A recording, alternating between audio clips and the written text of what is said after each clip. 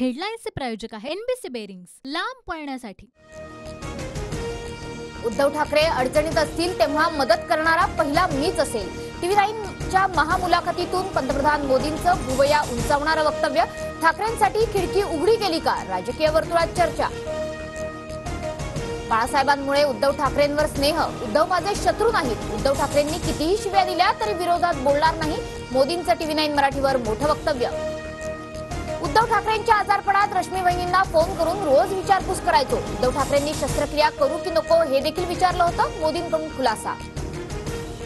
माझी स्तुती करून नकली शिवसेना म्हणता, हातपाय हलवू शकत नव्हतो तेव्हा आजारपणात माझं सरकार पाडलं, मोदींना उद्धव ठाकरेंचं प्रत्युत्तर। राजकारणात पक्ष वेगळे असतात, आजारपणाच्या काळात मोदी उद्धव ठाकरेंची विचारपूस करायचे, फडणवीसांची प्रतिक्रिया।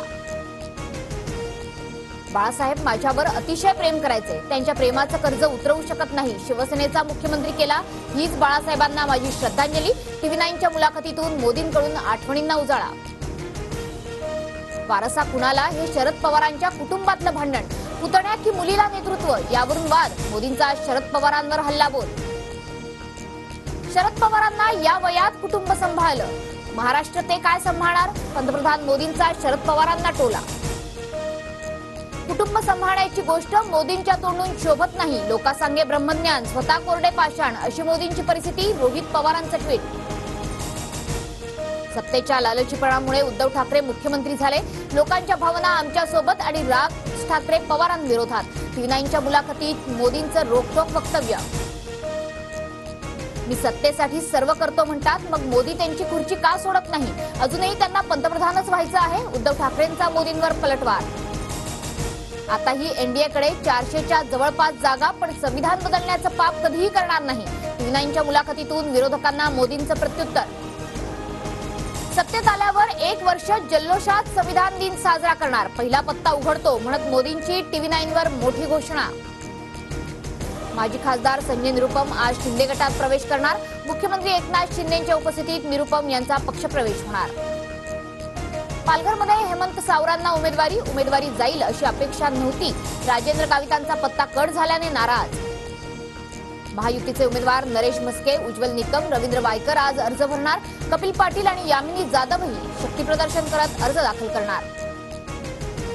धाराशिवच्या महायुतीच्या उमेदवार अर्चना पाटलांना निवडणूक आयोगाची कारणे दाखवा नोटीस, निवडणुकीत पैसे वाटल्याचा ओमराजे निंबाळकरांचा आरोप।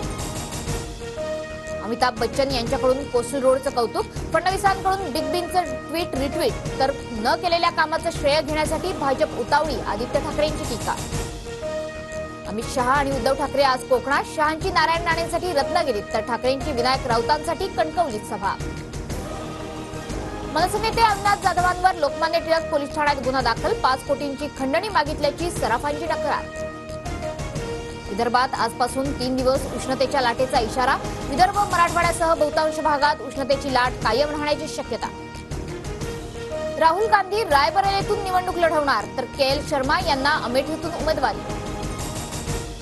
4 ते 6 मे दरम्यान आकाशात उल्कावर्षाव पाहायला मिळणार, उल्कांचा पाऊस सुरू झाला असून 4 ते 6 मे दरम्यान शिखरावर असल्याची नासाची माहिती। हेडलाईन्सचे प्रायोजक आहे एनबीसी बेरिंग्स, लांब पळण्यासाठी।